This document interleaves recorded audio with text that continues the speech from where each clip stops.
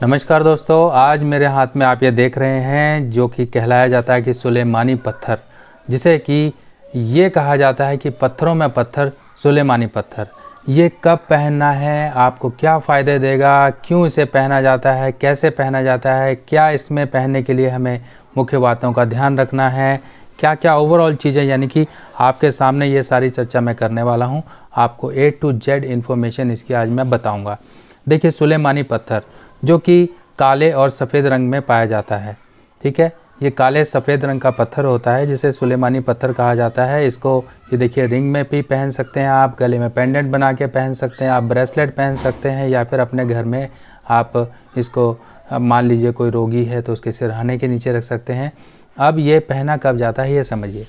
देखिए, सुलेमानी पत्थर यानी कि काला सफ़ेद पत्थर है जो कि केतु से संबंध रखता है। केतु यानी कि दो रंगी चीज़ों का जो कारक ग्रह है, दो रंगी चीज़ें जो होती हैं वो केतु ग्रह से संबंध रखती हैं। अब काला सफ़ेद जो पत्थर आपने लिया, इसको आपने केतु के बुरे प्रभाव जो आपकी कुंडली में है उससे बचने के लिए आपने ये उपाय किया। अब मान लीजिए केतु कुंडली में खराब है, शुक्र कुंडली में खराब है, या फिर गुरु कुंडली में खराब है, गुरु राहु चांडाल दोष है, तब आपको ये पहनना है। और जैसा कि हम जानते हैं सुलेमानी पत्थर एक ऐसा पत्थर है, मान लीजिए किसी तरह के रोग हैं, बीमारियां हैं जो ठीक नहीं हो रही हैं, आपके पैसे का बर्बादी हो रही है, आपके दुश्मन बहुत ज़्यादा हो गए हैं, आप मुश्किलों और परेशानियों में घिर चुके हैं, तो समझ लीजिए सुलेमानी पत्थर आप पहनिए। अब सुलेमानी पत्थर क्यों परेशानियों से संबंध रखता है, जो कि यानी कि केतु को सही करने के लिए क्यों हम ये उपाय कर रहे हैं ये समझिए।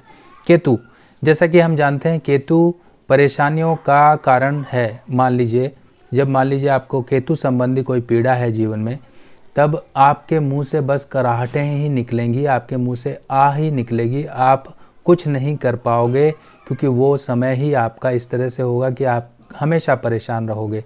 चाहे वो परेशानी आपकी सेहत की हो, चाहे वो पैसे की हो, चाहे कोई भी हो, वो केतु से संबंध रखती है। लाल किताब में केतु के बारे में ये कहा गया है कि ऐसी मौत इंसान को आती है कि वो चारपाई पे रगड़ रगड़ के मरता है। यानी कि केतु ना तो मरने देता है, ना ही इंसान को अपने जो है दुखों से बाहर निकलने देता है। इसीलिए केतु को कहा गया है कि ऐसी मौत, यानी कि जो रोगी है या परेशान व्यक्ति है वो चारपाई पे ही रगड़ता रहता है। तो इस तरह से ये समझिए केतु आपको अगर परेशान कर रहा है, आप केतु से संबंधित क्या क्या परेशानियां हैं, जैसे कि आपको हड्डी की कहीं पे समस्या, आपको हड्डी के जॉइंट्स वगैरह की कहीं पे दिक्कत है, आपको संतान की दिक्कत है, संतान निकम्मी है, आपको कहीं पर फॉरेन सेटलमेंट नहीं हो रही है, क्योंकि केतु सफ़र का भी कारक है, आप फॉरेन सेटलमेंट के लिए बहुत ट्राई कर रहे हैं, तब आपके लिए पत्थर काम करेगा। अब इसको कैसे पहनना है, क्या इसकी स्पेसिफिकेशन है, इसके बारे में मैं आपको समझाता हूँ।